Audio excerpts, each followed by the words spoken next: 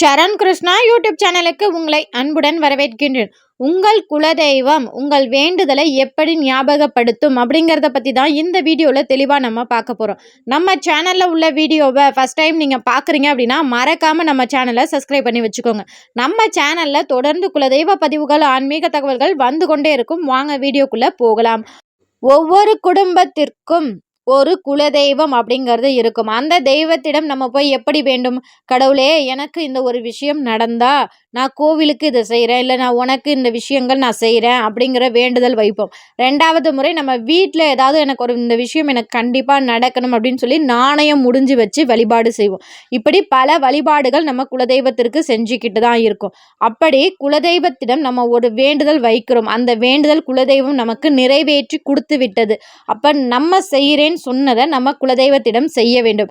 மற்ற தெய்வங்களை விட குலதெய்வம், ஏன்னா குலதெய்வத்தின் குழந்தைகள் தான் நம்ம, அதனால உரிமையோட நம்ம கிட்ட அவங்களோட வேண்டுதல் நிறைவேற்ற வேண்டும் அப்படிங்கிறத பல அறிகுறி மூலம் காட்டுவாங்க. அது மட்டும் இல்லை, குலதெய்வம் நம்மளோட தாய் தெய்வம். மற்ற தெய்வங்கள்கிட்ட நம்ம வேண்டுதல் வைக்கிறத விட குலதெய்வத்திடம் வேண்டுதல் வைக்கும்போது கண்டிப்பாக அந்த வேண்டுதல் விரைவில் நமக்கு நிறைவேறும். இப்போ குலதெய்வத்திற்கு நாணயம் முடிஞ்சு வச்சோம் அப்படிங்கிறத நம்ம குலதெய்வ கோவிலுக்கு போகும்போது அந்த நாணயங்களை மறக்காமல் எடுத்துகிட்டு போகணும். அது ஒரு சில நேரங்களில் மறக்கும்போது வேற யாராவது திடீர்னு வந்து இந்த காசெல்லாம் என்னாச்சு, இந்த இது என்னாச்சு அப்படின்னு சொல்லி அந்த நாணய முடிச்சுகளின் பேச்சை எடுப்பாங்க. அதன் மூலம் நம்ம எடுத்துகிட்டு போவோம். ஒரு சிலர் என்ன பண்ணுவாங்க, குலதெய்வ கோவிலுக்கு அந்த நாணயங்கள்லாம் எடுத்துகிட்டு போயிடுவாங்க. நாணயம் முடிச்சு அப்படியே எடுத்துகிட்டு போயிடுவாங்க. ஆனால் அதை உண்டியலில் செலுத்தும் போது அதை மறந்துடுவாங்க. அப்போ என்னாகும், மற்றவர்கள்ட்ட கேட்குற மாதிரி திடீர்னு வந்து நாணயம் முடிச்செல்லாம் கரெக்டாக எடுத்துட்டிங்களா, போட்டிங்களா அப்படிங்கிற ஞாபகப்படுத்துறதுக்கு யாராவது ஒருவர் வருவாங்க. நம்ம தான் அந்த வேண்டுதல் வைக்கிறோம். ஆனால் அந்த வேண்டுதல் நிறைவேற்றுவதற்கு வேற யார் மூலியமாவது அதை உங்களுக்கு ஞாபகப்படுத்துவாங்க.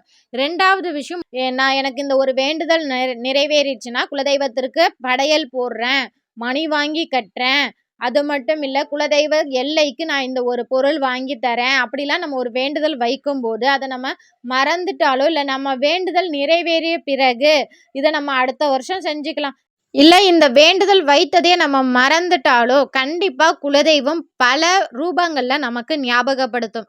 ஒரு சிலர் வந்து மணி வாங்கி வைக்கிறேங்கிறவங்களுக்கு நம்ம கடத்தரவு பக்கம் போகும்போது நம்ம எந்த மாதிரி மணி வாங்கி நம்ம குலதெய்வ கோவிலில் கட்டணும்னு நினச்சனோ அதே போல் மணிகள் அதிகப்படியாக கண்ணில் படும். அது மட்டும் இல்லை, ஒரு சிலருக்கு கனவுகளில் அந்த மணிகள் வாங்கி கட்டுற மாதிரியே ஒரு பிம்பங்கள் தோன்றும். இரண்டாவது பார்த்தீங்கன்னா, வீட்டில் அந்த மணி வாங்கி கட்டாதனால ஏதோ ஒரு பிரச்சனை வருமோ அப்படிங்கிற மன நெருடல் கொடுக்கும். இது 3 விஷயங்களும் உங்களுக்கு தொடர்ந்து நடந்துக்கிட்டே இருக்கு அப்படின்னா நீங்கள் தாமதப்படுத்தாமல் உடனே உங்கள் குலதெய்வ எல்லைக்கு சென்று அந்த மணியை வாங்கி கட்டிவிடுங்கள். குலதெய்வம் எப்போதுமே நம்மக்கிட்ட ஒரு உரிமையாக கேட்கும். அதுதான் குலதெய்வம். மற்ற தெய்வங்கள்கிட்ட நம்ம எப்படி வேண்டுதல் வைத்தாலும் அது வந்து நம்ம வேற யாராவது ஞாபகப்படுத்தணும், இல்லை நமக்கே அது தோணுனாதான். ஆனால் குலதெய்வத்தை பொறுத்த வரைக்கும் நம்ம உரிமையாக குலதெய்வத்திடம் கேட்கலாம். அதே போல் நம்மிடமும் குலதெய்வம் உரிமையாக கேட்கும்.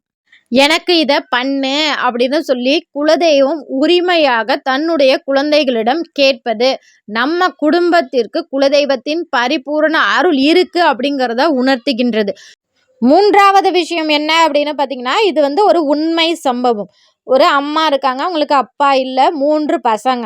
அந்த 3 பசங்களில் 3ஆவதுல உள்ளவருக்கு திருமணம் ஆனால் நாங்கள் 3 குடும்பங்களும் ஒன்றாக சேர்ந்து கூட்டு பொங்கல், அதாவது 3 குடும்பமும் சேர்ந்து ஒரே பொங்கலாக வைத்து உனக்கு படையல் போடுறோம் அப்படின்னு சொல்லி அண்ணங்காரர் வேண்டியிருக்காரு. 3ஆவது தம்பிக்கும் திருமணம் ஆன பிறகு எல்லாரும் சேர்ந்து வருடாந்திர பூஜைக்கு கார் பிடிச்சு போகணும் அப்படின்னு அண்ணன் சொல்றாரு. ஆனால் 2 தம்பிகளும் இப்போ எங்கள்கிட்ட பணம் இல்லை, அண்ணனால் முழு பணமும் போட்டு கூட்டிகிட்டு போகவும் முடியல, அவருக்கும் 3 பேரும் சேர்ந்து போட்டால் கொஞ்சம் நல்லா இருக்கும் கார் பிடிச்சி குலதெய்வ கோயிலுக்கு போகிறதுக்கு அப்படின்னு சொல்லி பேசி பார்க்குறாங்க. ஒருத்தவங்க மேட்டு கிழுத்தா கீட்டு கிழுக்கிறது, என்னால் சரியாக வராது, எங்கள் வீட்டில் 4 பேர் இருக்காங்க, உங்கள் வீட்டில் 5 பேர் இருக்காங்க, நீ தான் நிறையா காசு போடணும் அப்படின்னு சொல்லி விதண்டாவாதங்கள் தான் அதிகமாக வந்துக்கிட்டே இருக்குது. என்ன நடந்துச்சுன்னு தெரியல, திடீர்னு அவங்க அம்மாவுக்கு ஒரு மயங்கி கீழே விழுந்துட்டாங்க. திருப்பி தண்ணி தெளித்து பார்த்து டாக்டர்கிட்ட கூட்டிகிட்டு போகணும் அப்படிங்கிறப்ப மூக்குலேருந்து ரத்தமாக வருது, ஹை ப்ரெஷரு. உடனே டாக்டர்கிட்ட கூட்டிட்டு யாரும் அவங்க முன்னாடி சண்டை போடாதீங்க, ரொம்ப அவங்க கஷ்டப்படுற மாதிரி எதுவும் நடந்துக்காதீங்க அப்படின்னு சொல்லவும் அடுத்த நிமிஷம் யாரும் எதுவும் பேசலை. எல்லாரும் சந்தோஷமாக குலதெய்வ கோயிலுக்கு போயிட்டு வரலாம் அப்படின்னு சொல்லி போயிட்டு வந்ததுக்கு பிறகு கிட்டத்தட்ட ஒரு 5 வருஷமாக அவங்களுக்கு ப்ரெஷர் நார்மலாகவே இருக்கின்றது. அந்த ஒரு செகண்ட் மட்டும் எப்படி ஹையாக ஏறுச்சு, அடுத்த நிமிஷம் எல்லாரும் எப்படி ஒத்துமை ஆனாங்க, எப்படி யாரும் காசு இல்லைன்னு சொன்னவங்கள்ட்ட எப்படி காசு வந்துச்சு, எவ்வளோ சந்தோஷமாக குலதெய்வ கோயிலுக்கு போயிட்டு வந்தாங்க அப்படிங்கிறது இன்னுமே ஆச்சரியம்தான். அதுதான் குலதெய்வத்தின் மகிமை. குலதெய்வம் நம்ம எல்லாரும் வரணும் அப்படின்னு நினைச்சிச்சுன்னா கண்டிப்பாக எப்படியா இருந்தாலும் நம்ம எந்த எல்லையில் இருந்தாலும் நம்மளை அழைச்சி குலதெய்வ எல்லையில் நிப்பாட்டிரும். இதுதான் குலதெய்வத்தின் மகிமை. இது போன்ற பல அதிசயங்களை குலதெய்வம் ஒவ்வொரு குடும்பத்திலையும் நிகழ்த்தி கொண்டே தான் இருக்கு. ஒரு விஷயம் நடக்கும்போது நமக்கு புரியாது. அது நடந்து முடிந்த பிறகு ஒரு கொஞ்ச நாள், ஒரு மாசம் கழிச்சு அதை யோசிச்சு பாருங்களேன். ஆமால, அது எப்படி நடந்திருக்கும்? அதுதான் நம்ம தெய்வத்தோட அனுகிரகம் அப்படிங்கிறத உங்களால புரிய முடியும், புரிஞ்சிக்க முடியும்.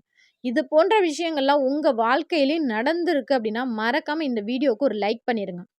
நீங்க பண்ற ஒவ்வொரு லைக் மூலம் இந்த வீடியோ பலருக்கும் போய் சேரும்.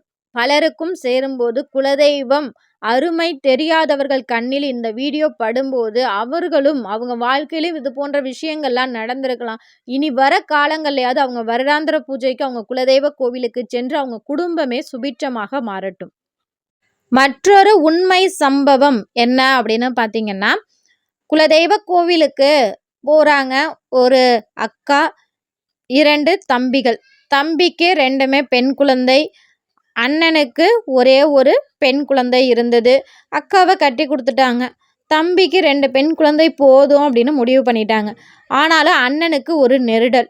என்னடா பண்ணுறது, நமக்கு அடுத்து இந்த குலதெய்வத்தை வணங்குறதுக்கு யாருமே இல்லையே. ஏன்னா பெண் குழந்தைகளை கட்டி கொடுத்ததுக்கு பிறகு அதிகமாக வணங்க மாட்டாங்க அப்படிங்கிற நெருடல் இருந்துக்கிட்டே இருந்தது. அப்போ அவர் குலதெய்வத்திடம் ஒரு வேண்டுதல் வைக்கிறாரு. அப்பா, எனக்கு அடுத்தது என்னுடைய தலைமுறையா உன்னை வணங்குறதற்கு எனக்கு ஒரு ஆண் குழந்தையை கொடு அப்படின்னு சொல்லி வேண்டும் போது அந்த குழந்தைய எப்படி கொடுக்குறாங்க?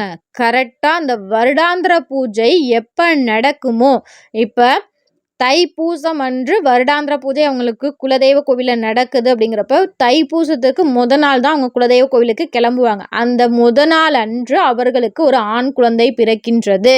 அவருக்கு ரொம்ப சந்தோஷம். தன்னோட குலதெய்வத்தின் அனுகிரகத்தால் தான் இந்த குழந்தை பிறந்திருக்கு. இந்த குழந்தைக்கு 5 மொட்டை பிள்ளை எப்பெல்லாம் மொட்டை அடிக்கணும்னு சொல்கிறானோ அப்போல்லாம் குலதெய்வ கோயிலில் போய் மொட்டை அடிச்சிடணும் அப்படின்னு.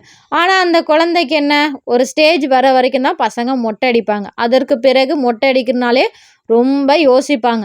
இப்படி தான் 7 வருஷமாக அந்த பையன் மொட்டை அடிச்சுக்கிட்டே இருந்திருக்கான். அடுத்து நான் பெரிய கிளாஸ் போகிறேன், இனிமேலாம் என்னால் மொட்டை அடிக்க முடியாது அப்படின்னு சொல்லும்போது அந்த வெயில் காலத்தில் தலையெல்லாம் ஒரு மாதிரி புண்ணாக இருக்குப்பா, நீ மொட்டை அடித்து தான் ஆகணும், நம்ம குலதெய்வ கோயிலில் போய் மொட்டை அடிப்போம்ப்பா, சரியாயிரும்ப்பான்னு அவங்க அப்பா சொல்கிறாரு. சரிப்பா, இந்த ஒரு தடவை நான் போய் அடிக்கிறேன், அடித்து சரியாயிருச்சுன்னா நான் அடுத்து 3 வருஷம் தொடர்ந்து அடிக்கிறேன்ப்பா அப்படின்னு அந்த பையன் சொல்கிறான். அங்கே போய் மொட்டை அடிக்கிறான். அடுத்த வருஷம் அந்த பிரச்சனை அவனுக்கு எதுவுமே வரல. தொடர்ந்து 3 வருஷம் குலதெய்வத்திற்கு மொட்டை அடிக்கிறான். இதுதான் குலதெய்வத்தின் மகிமைகள். இது போன்ற நிறைய விஷயங்கள் இருக்குது. குலதெய்வத்தை பற்றி சொல்லணும் அப்படின்னா ஒவ்வொருத்தர் வாழ்க்கையிலையும் நடக்கிறத இந்த மாதிரி தினமும் ஒரு வீடியோ போடலாம். அந்த அளவுக்கு குலதெய்வம் ஒவ்வொருத்தரோட வாழ்க்கையிலையும் பல அற்புதங்களை செஞ்சுக்கிட்டே தான் இருக்குது. இந்த வீடியோ உங்களுக்கு பயனுள்ளதாக இருக்கும் என்ற நம்பிக்கையில் மற்றொரு வீடியோவில் சந்திக்கிறேன். இந்த வீடியோ உங்களுக்கு பிடிச்சிருந்தா லைக் பண்ணுங்கள், ஷேர் பண்ணுங்கள், மறக்காமல் சப்ஸ்கிரைப் பண்ணுங்கள். சரண் கிருஷ்ணா யூடியூப் சேனல். நன்றி, வணக்கம்.